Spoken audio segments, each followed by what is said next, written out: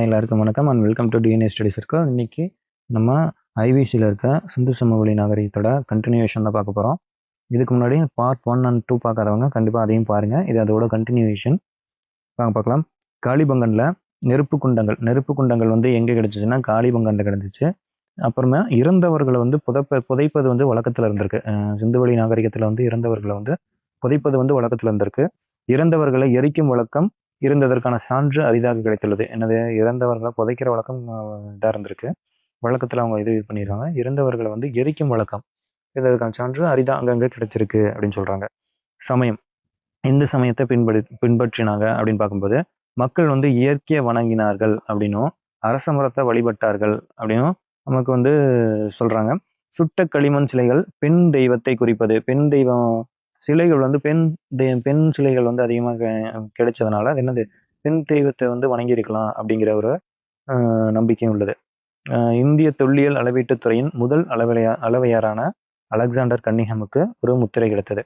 Alexander Cunningham வந்து ஒரு time இங்கே சிந்துவெளி நாகரிகத்துக்கு வரும்போது அவர் வந்து பல்வேறு தடவை அங்கே ஆராய்ச்சி மேற்கொண்டு இப்போ அவருக்கு என்னது, ஒரு முத்திரை வந்து கிடைச்சிருக்கு அவருக்கு. ஹரப்பாவில் ஆய்வு நடத்துறதுக்கு காரணமாக இருந்தது யாருன்னா ஜான் மார்சல். இவர் தான் என்னது, ஹரப்பாவில் ஆய்வு நடத்த காரணமாக இருந்தவர். இவர் பொறுப்பேற்ற நிகழ்வு தான் இந்திய வரலாற்றிலே ஒரு திருப்புமுனை. இவர் ஹரப்பாவில் அகழாய்வு பண்ண ஆரம்பிச்சதுக்கப்புறம் தான் இது வந்து ஒரு தொன்மையான நாகரிகம் அப்படிங்கிற ஒரு விஷயம் வந்து தெரிய ஆரம்பிச்சிருக்கு.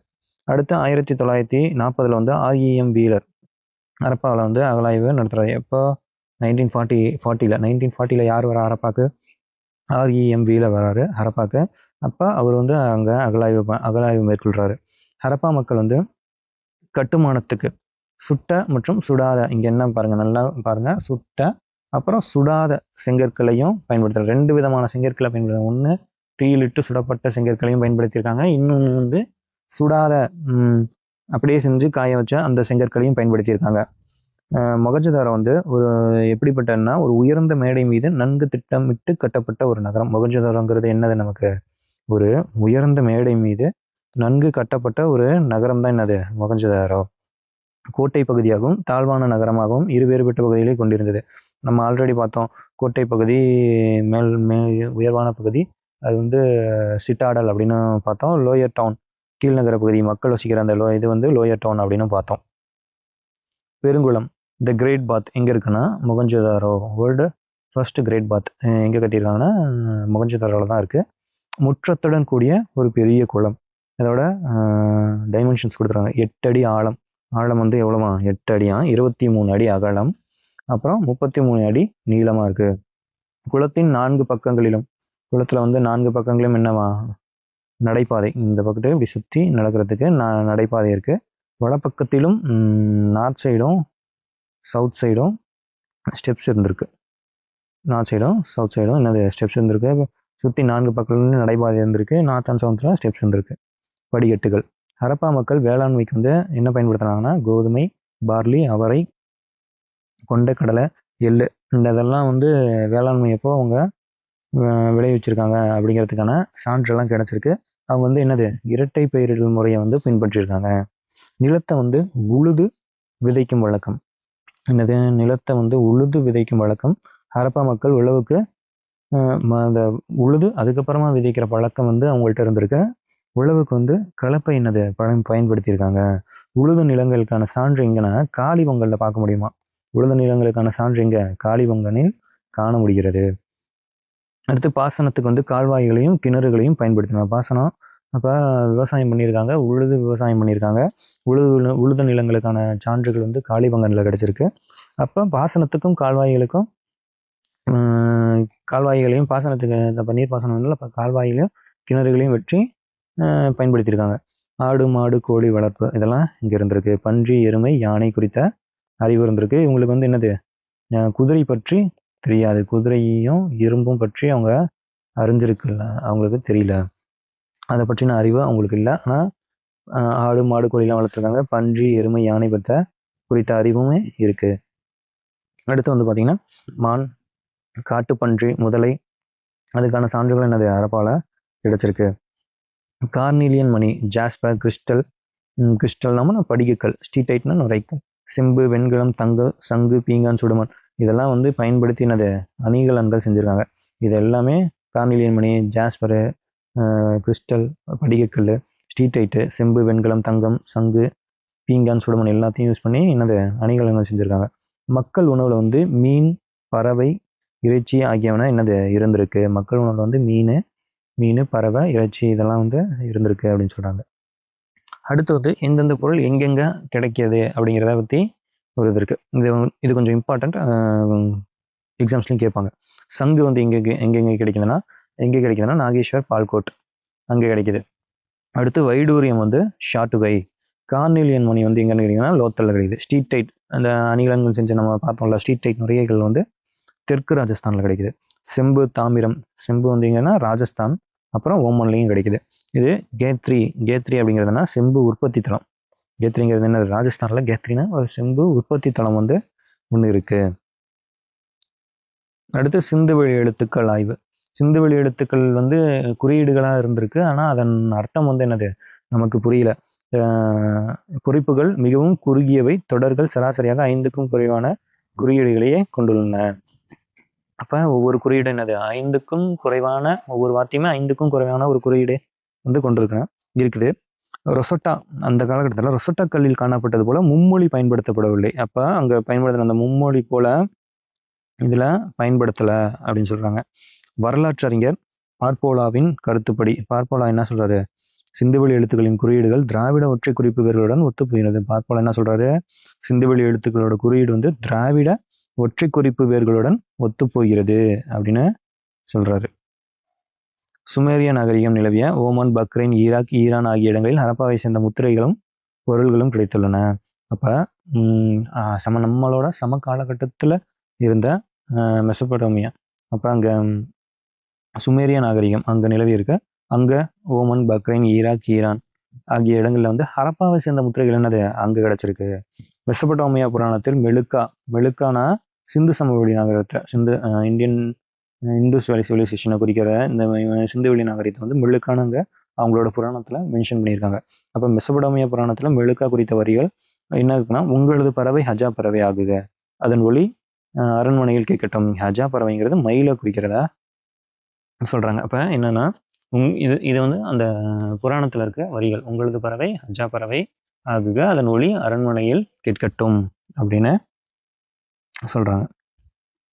அடுத்து ஹரப்பாவில் வந்து சிறிய இடைக்கற்கள் இருந்திருக்கு. எவ்வளோனா 13.63 கிராம் அளவிற்கான சிறிய இடைக்கற்கள் கிடைச்சிருக்கு.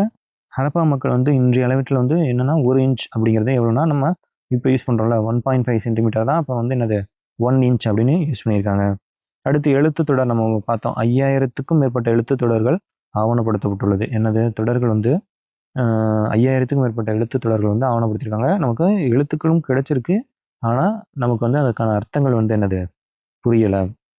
ஹரப்பாவில் கிடைத்தவற்றில் மிக நீளமானதாக கருதப்படும் எழுத்து தொடர் வந்து என்னது 26 குறியீடுகளை கொண்டது. இந்த இது என்னது மிக நீளமான எழுத்து தொடராக கிடைச்சிருக்கு. இதுல 26 குறியீடுகளை கொண்டிருக்கிறது. அடுத்து வந்து இது எந்தெந்த நகரங்களை யார் யார் அகழாய்வு பண்ணாங்க. ஹரப்பா வந்து தயாராம் சஹானி எப்போனா 1921 எங்கன்னா ராவி நதிக்கரை. ஹரப்பா இங்கே ராவி நதிக்கரையில் அகழாய்வு பண்ணியிருக்காங்க. எப்போனா 1921 தயாராம் சஹானி தான் அங்கே அகழாய்வு பண்ணும்போது ஹெட்டாக இருந்திருக்காது. அடுத்து மொஹஞ்சதாரோ, ஆர்டி பானர்ஜி.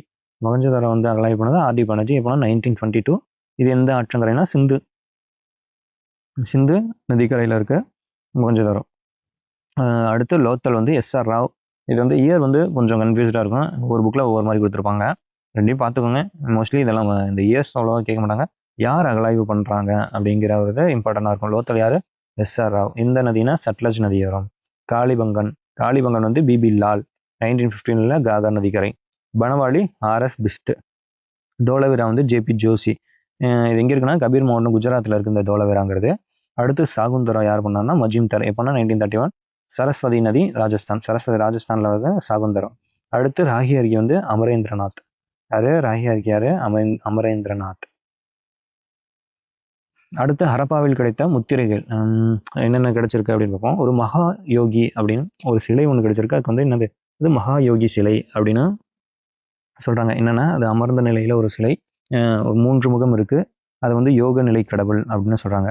சிவனோட திருமுகம் போன்று இருக்கு, 3 முகம் அப்படின்னு சொல்றாங்க. இல்லை விலங்குகளின் பசுபதி, விலங்குகளின் கடவுள் அப்படின்னு சொல்றாங்க. அந்த இதுக்கு பின்னாடி என்ன இருக்குன்னா, வலப்புறம் வந்து யானையும் புலியும் இருக்கு, இடப்புறம் வந்து காண்டாமிருகமும் எருமையும் இருக்கு, பாதத்துல அந்த இதோட பாதத்துல வந்து 2 மான்கள் இருக்கு அப்படின்னு அப்படின்னு இருக்கு சொல்றாங்க. அடுத்து இறந்தோர் புதைத்தல். ஒவ்வொரு நகரங்களிலும் ஒவ்வொரு மாதிரியான வழக்கங்கள் பின்பற்றிருக்காங்க. மொஹஞ்சதாரோல வந்து இறந்தோரை புதைத்தல், இறந்தோரை வந்து புதைக்கிறாங்க. அது மட்டும் இல்லாமல் எரிக்கிறாங்க. அப்படிங்கிற பட்சத்தில் அந்த எலும்புகளை தோண்டி எடுத்து என்ன பண்ணுறாங்க, திருப்பி இந்த எலும்புகளை எடுத்து திருப்பி புதைச்சிட்றாங்க. காளிபங்களில் வந்து வட்ட செவ்வக வடிவ கல்லறை. காளிபங்கள் எப்படி இருக்கான், வட்ட வடிவம் இல்லாட்டி செவ்வக வடிவ கல்லறையாக யூஸ் பண்ணியிருக்காங்க. சிற்கோட்டாவில் வந்து முதுமக்கள் தாலி, இப்படி அந்த பெரிய பானைக்குள்ளே அப்படியே அவங்கள உட்கார வச்சு அவங்களுக்கு பிடிச்சமான பொருட்கள்லாம் அதில் வச்சு அப்படியே கட்டி வச்சுருவாங்களாமா, முதுமக்கள் தாலி. அடுத்து டோலவீரா, பெருங்கற்கள் அடுக்குதல். அப்போ அந்த உடம்பு மேலே என்னது பெரிய பெரிய கற்களை அப்படியே ஒரு குழி தோண்டி அந்த மேலே அதுக்கு மேலே அப்படியே கற்கள் அடிக்க வச்சுருவாங்க, பெருங்கற்கள். லோத்தல் வந்து இருமுறை புதைத்தல். ஃபஸ்ட்டு புதைச்சிருவாங்களாம், அதுக்கப்புறம் கொஞ்சம் நாள் கழிச்சு அதை திருப்பி தோண்டி எடுத்து புதைப்பாங்க. ஹரப்பா, கிழக்கு மேற்கு புதைத்தல். எப்படின்னா ஈஸ்ட்லேருந்து ஈஸ்ட் வெஸ்ட்டாக புதைக்கிறாங்க. இது என்னன்னா R37H கல்லறை முறை. எங்கே, ஹரப்பாவில் R37H கல்லறை முறை. அடுத்து வந்து நகரத்தின் வீழ்ச்சி. எப்படியெல்லாம் இது வந்து வீழ்ச்சி அடைஞ்சிருக்கலாம் அப்படிங்கிற ஒரு வரலாற்று ஆய்வாளர்கள் வந்து சொல்லியிருக்காங்க.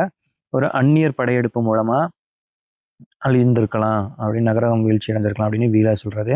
வெள்ளப்பெருக்கு, ஜான் மார்ஷல் மற்றும் ராவ் வந்து என்ன சொல்கிறாரு, வெள்ளப்பெருக்கு மூலமாக அப்படின்னு சொல்கிறாரு. அடுத்து காடுகள் அழிப்பு, சுற்றுச்சூழல்.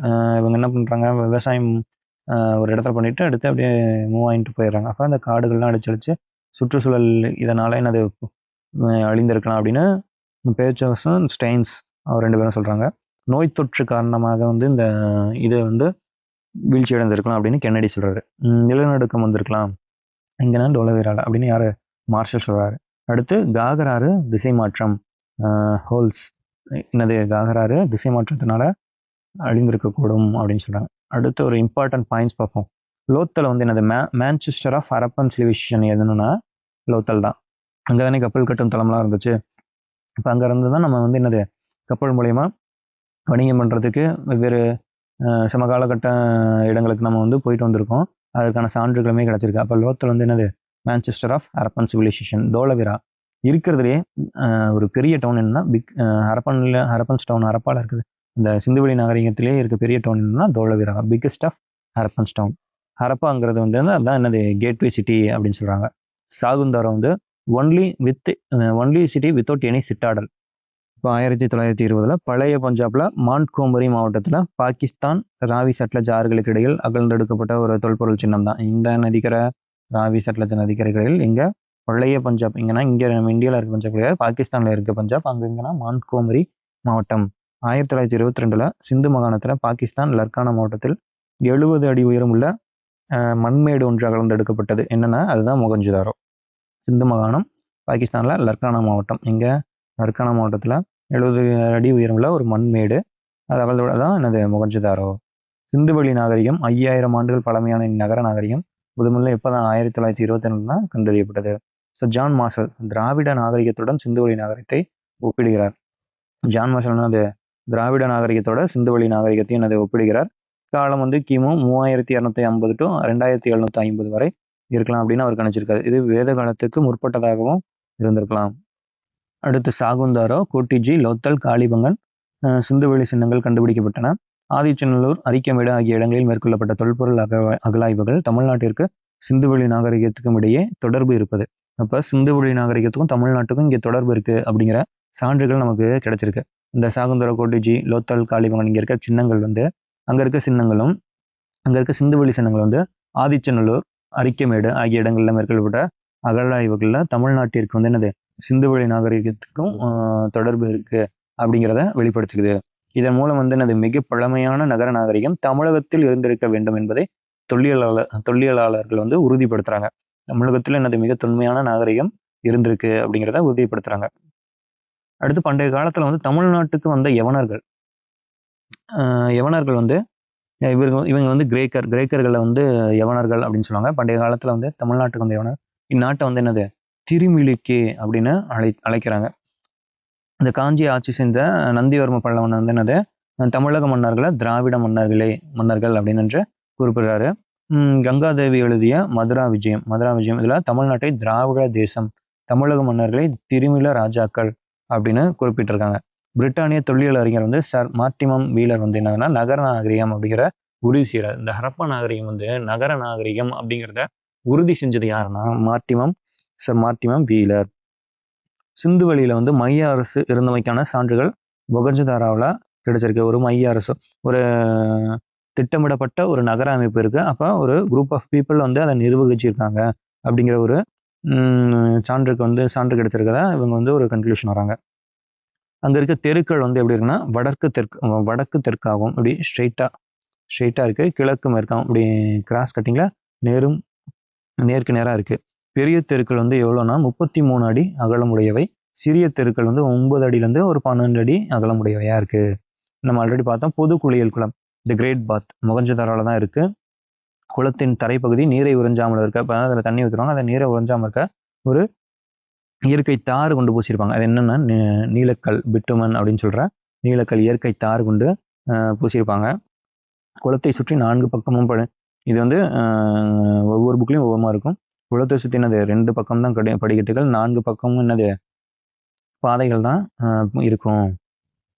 அடுத்து நீச்சல் குளத்தின் தென்மேற்கு மூலையில் நீராவி பயன்பாட்டிற்கு வசதி செய்யப்பட்டிருந்தது.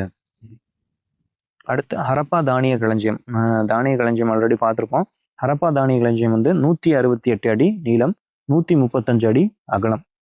நீளம் எவ்வளோ? 168 அடி, அகலம் வந்து 135 அடி அகலம். சுவர்கள் வந்து 52 அடி உயரமும் 9 அடி கனமும் உடையவை. இது வந்து 2 வரிசைகளாக கட்டப்பட்டிருந்தன. 2 வரிசைகள் இடையே உள்ள தூரம் 23 அடி ஆகும். இப்படி கட்டியிருப்பாங்க. அப்போ இதுக்கு உள்ள தூரம் வந்து 23 அடி. அப்போ இதில் தான் என்னது வால் இருக்கும். இப்போ இது 52 உயரம், 9 அடி கனம் வந்து 9 அடியாக இருந்திருக்கு அப்படின்னு ஹரப்பாவோட தானிய களஞ்சியம் இருந்ததுக்கான டைமென்ஷன்ஸ். இப்போ இவ்விரு நெடுஞ்சுவர்களுக்குள் ஒவ்வொரு வரிசையிலும் 6 மண்டபங்கள் இருந்தன. ஒவ்வொரு மண்டபத்திலும் 3 பெருஞ்சுவர்கள், அதில் 4 அறைகள் இருந்தன. இப்போ இங்கே இது வந்து தானியங்களை சேர்த்து வைக்கிற இடமா இருந்திருக்கு தானிய களஞ்சியம். இவர் அந்த நெடுஞ்சுவர்களுக்கு ஒவ்வொரு வரிசையிலும் என்னது 6 மண்டபங்கள் இருந்திருக்கான். ஒவ்வொரு மண்டபத்திலும் 3 பெருஞ்சுவர்கள், அதில் 4 அறைகளாம். அப்போ சிந்துவெளி மக்கள் கண் காது தொண்டை தோல் தொடர்பான நோய்களுக்கு பயன்படுத்தும் மருந்துகளை செய்வதற்கு கட்டில் என்ற ஒரு வகையான மீனின் எலும்புகளை பயன்படுத்தினர். அப்போ இந்த மாதிரியான நோய்கள், கண் காது தொண்டை தோல் தொடர்பான நோய்களுக்கு வந்து ஒரு மீனோட எலும்பை வந்து பயன்படுத்தியிருக்காங்க. மான் காண்டாமிருகத்தின் எலும்புகள், பவளங்கள், வேப்பந்தழைகள் போன்றவை மருந்தாக பயன்படுத்தப்பட்டு வந்திருக்கு. இறந்தவர்களை வடக்கு தெற்காக புதைக்கும் வழக்கம் சிந்துவெளிக்கும் பண்டைய தமிழகத்திற்கும் பொதுவான நடைமுறையாக என்னது இருந்திருக்கு. உருண்டை வடிவம் கொண்ட ஈமத்தாளிகள் சிந்துவெளியில் தமிழகத்திலும் பயன்படுத்த. அப்போ ஈமத்தாளி ஆல்ரெடி பார்த்தோம் நம்ம, இறந்தவரை வச்சு அதுக்குள்ளேயே வச்சு மூடிடுவாங்க. அதுதான் என்னது தமிழகத்திலும் அந்த விஷயம் வந்து பின்பற்றப்பட்டது வந்து நமக்கு தெரியும். அப்போ 2 இடத்துலையுமே என்னது ஃபாலோ பண்ணியிருக்காங்க, 2க்கும் தொடர்பு இருக்குது அப்படிங்கிறத உறுதிப்படுத்துது. நிலத்தை இருவழியாக உழுதற்கான அடையாளங்கள் காளிபங்கனில் வந்து சான்று கிடைச்சிருக்காங்க. இருவழியாக உழுதற்கான அடையாளங்கள் வந்து காளிபங்கனில் சான்று கிடைச்சிருக்கு. அடுத்து சிந்துவெளி நாகரிகம் பரவி இருந்த இடங்கள் ருபார், சட்லஜ் நதியோரம், பஞ்சாப், கோட்டுஜி, சிந்து மாகாணம். சில கட்டுமான அமைப்புகள் தானிய கிடங்குகளாக அடையாளம் காணப்படுகின்றன. அதன் சுவர்கள் ஜிப்சம் செறிந்த சுண்ணாம்பு சாந்தால் பூசப்பட்டு நீர் புகாதபடி இருக்கின்றன. அடுத்து காளிபங்கன்ல என்ன கிடைச்சிருக்கு? வேள்வி பீடங்கள்லாம் எங்கே சான்றுகள் கிடைச்சிச்சுன்னா காளிபங்கன்ல தான் கிடைச்சிருக்கு. அடுத்து தொல் தாவரவியலாளர்கள் ஆர்கியோ பாட்டனிஸ்ட் பழமையான வேளாண்மையையும் மனிதருக்கு சுற்றுச்சூழலுக்கும் இடையான உறவு குறித்து ஆய்வு செய்கிறது தான் என்னது ஆர்கியோ பாட்டனிஸ்ட் அப்படிங்கிற ஒரு படிப்பு. இல்லைன்னா தொல் தாவரவியலாளர் யாருன்னா வேளாண்மையையும் மனிதருக்கும் பழமையான வேளாண்மை மனிதருக்கும் அப்புறம் சுற்றுச்சூழலுக்கும் இடையான உறவை வந்து இது பண்றது. தற்போது தென்கோடி தமிழ்நாட்டில் பயன்படுத்தப்பட்டு வருகின்ற இடப்பெயர்கள் சிந்துவெளி நாகரிகம் தோன்றி வளர்ந்த பகுதியிலும் பயன்படுத்த வந்துள்ளமை என்பது குறிப்பிடத்தக்கதாகும். இப்போ இங்கே தென் தமிழகத்தில் நம்ம பயன்படுத்திட்டு இருக்க பெயர்கள் வந்து சிந்துவெளி நாகரிகத்திலும் என்னது பயன்படுத்தப்பட்டிருக்குது சொல்றாங்க, பயன்படுத்தியிருக்காங்க. தமிழ்நாட்டில் ஆரணி, கொற்கை, மயிலம், மானூர், நாகல், தொண்டி, கண்டிகை போன்ற இடப்பெயர்கள் தற்போதைய பாகிஸ்தான் என்னது பண்டைய சிந்துவெளி பகுதியில் வழக்கத்தில் உள்ளது. தமிழ்நாட்டில் உள்ள ஆலூர், ஆசூர், படூர், இஞ்சூர், குந்தா, நாகல், தானு, சிஞ்சி போன்ற இடப்பெயர்கள் தற்போதைய ஆப்கானிஸ்தான்லேயும் இந்த மாதிரியான பெயர்கள் இருக்கு. சிந்துவெளி மக்கள் பருத்தி, கம்பளி, நார்பட்டு ஆடைகளை அணிந்தனர். என்னது? பருத்தி, கம்பளி, நார்பட்டு இந்த மாதிரியான ஆடைகளை வந்து அவங்களுக்கு அதை பற்றின அறிவு இருந்திருக்கு, அதை அணிஞ்சும் இருக்காங்க. அப்போ அடுத்து வந்து ஷில்டே அப்படிங்கிற நகர வாழ்க்கைக்கான கூறுகள் என்னென்னவா இருக்கும்? அப்போ ஹரப்பா வந்து ஒரு நகர வாழ்க்கை. அப்போ அதுக்கான கூறுகள் என்னவா இருந்திருக்கும்? அதிக மக்கள் தொகை, பல்வேறு தொழில் புரிவோர், வணிகர்கள், பணியாளர்கள், குடியிருப்புகள், பொது கட்டடங்கள், எழுத்து குறியீடுகள், கடை வடிவங்கள் போன்றவற்றை குறிப்பிட்டுள்ளார். இப்போ இது நகர வாழ்க்கை அப்படின்னு குறிப்பிடுறாரு. அப்புறம் இந்த இறந்த உடலை புதைக்கும் போது அவர்களுக்கு பிடித்த உணவுப் பொருட்களை வந்து வைத்து புதைப்பதும் வழக்கத்தில் இருந்திருக்கு. இப்பழக்கம் தமிழகத்தில் பெரும்பகுதியில் வழக்கத்தில் இருந்தது. இது போன்ற தாளிகள் அதிரப்பாக்கம், அரிக்கமேடு, ஆதிச்சநல்லூர், திருக்காம்புலியூர், தாமிரபரணி ஆற்றங்கரை போன்ற பகுதிகளில் என்னது கண்டுபிடிச்சிருக்காங்க. என்னது? இறந்தவர்களை புதைக்கும் போது அவங்களுக்கு பிடிச்ச இதையும் உள்ள போட்டு புதைச்சிருவாங்க. புரோச், காம்பே துறைமுகங்கள் வணிகத்தில் சிறப்புற்றிருந்தன. நீளத்தை அளக்க அடிமுறை. தமிழகத்திலும் நீளத்தை அளக்க அடிமுறையானது தொன்று தொட்டு வழக்கத்தில் இருப்பதை அறிய முடிகிறது. அப்ப அங்க நீளத்தை அளக்க அடிமுறை பயன்படுத்துறாங்க. தமிழகத்தில் என்னது அடிமுறை தொன்று தொட்டு இருந்திருக்கு. நீளத்தை அளக்க வெண்கல அளவுகோல் பயன்படுத்தியிருக்காங்க. அடுத்து சித்திர எழுத்துக்கள். இது என்னதுன்னா போஸ்டோ பேடன் மெத்தட் ஆல்ரெடி பார்த்துருப்போம். இடமிருந்து வளமாக ஒரு இடம், திருப்பி வளமிருந்து ஒரு வரியும் எழுதுவாங்க. இந்த மாதிரியான மெத்தடில் எழுதுவாங்க. இதுக்கு பேர் என்னது? போஸ்டோ பேடன் முறை அப்படின்னு சொல்றாங்க. தமிழகத்துல கீழ்வாலை, குளிச்சுனை, புறக்கல், ஆலம்பாடி, செத்தாவரை, நேகனூர்பட்டி ஆகிய இடங்கள்ல வந்து காணப்படும் எழுத்துக்களோடு என்னது தொடர்புடைய என்னது? சிந்துவெளியில கிடைத்த சித்திர எழுத்துக்கள். அடுத்து பச்சஹோம் அப்படிங்கிறது காஷ்மீரோட புதிய கற்கால பண்பாடாகும். ஹரப்பா மக்களோட மொழி திராவிட மொழியே என்று கூறியவர் என்னது? கூறிய அறிஞர் வந்து பார்போலோ. சிந்துவெளி மக்கள் வேப்ப மரத்தை வந்து பெண் தெய்வமாக வணங்கும் வழக்கம் பின்பற்றியிருக்காங்க. அடுத்து நம்ம காலகட்டத்தில் இருந்த மற்ற நாகரிகங்கள்ல என்னென்ன வந்து சிறப்பு மிக்கதாக இருந்துச்சு? எகிப்து நாகரிகம் வந்து கட்டடக்கலை, பிரமிடுகள் இதெல்லாம் செஞ்சிருக்காங்க. கட்டடக்கலையில சிறப்புற்று இருந்துச்சு. அடுத்து மெசபோட்டாமியா வந்து நாட்காட்டி உருவாக்கம், வானியல், அறிவியல் வளர்ச்சியோட இருந்துச்சு. சீனா வந்து தத்துவம் மற்றும் கண்டுபிடிப்புகள். சிந்துவெளி புதிய தொழில்நுட்ப கண்டுபிடிப்பு, பல வகையான நுகர்பண்டங்கள், மேற்காசியாவுடான பண்பாட்டு தொடர்பு, இதெல்லாம் அந்தந்த நாகரிகங்களோட ஸ்பெஷாலிட்டிஸாக இருந்திருக்கு. ஓகே, நமக்கு இதோட ஐவிசி ஃபுல்லாக முடிஞ்சிருச்சு. அடுத்து நம்ம ஹிஸ்ட்ரியில் குப்தாஸ் பார்ப்போம். இந்த ஐவிசியில் மொத்தம் 3 பார்ட் வீடியோஸ் போட்டிருக்கோம். 3 பார்ட்டுமே ஃபுல்லாக படிங்க. ஃபுல்லாக பார்த்துட்டிங்கனாலே உங்களுக்கு வந்து 6th to 12th இருக்க ஸ்கூல் புக்ஸ் ஃபுல்லாக கவர் பண்ணி உங்களுக்கு வந்து ஒரே இடத்துல எல்லாத்தையுமே மேட்ச் பண்ணி கொடுத்தாச்சு. நீங்கள் இதை நோட்ஸ் எடுத்து படிச்சுட்டு ஃபுல்லாக போனீங்கனாலே எல்லா கொஷின்ஸுமே நீங்கள் வந்து மேக்ஸிமம் எல்லாத்தையுமே ஐவிசியில் வந்து கேட்குற கொஷின்ஸ் எல்லாமே அட்டன் பண்ணிக்கலாம். மறக்காமல் சப்ஸ்கிரைப் பண்ணிக்கோங்க, ஷேர் பண்ணுங்கள், உங்கள் ஃப்ரெண்ட்ஸ்க்கு வந்து ஷேர் பண்ணுங்கள். அண்ட் தேங்க்யூ ஃபார் வாட்சிங்.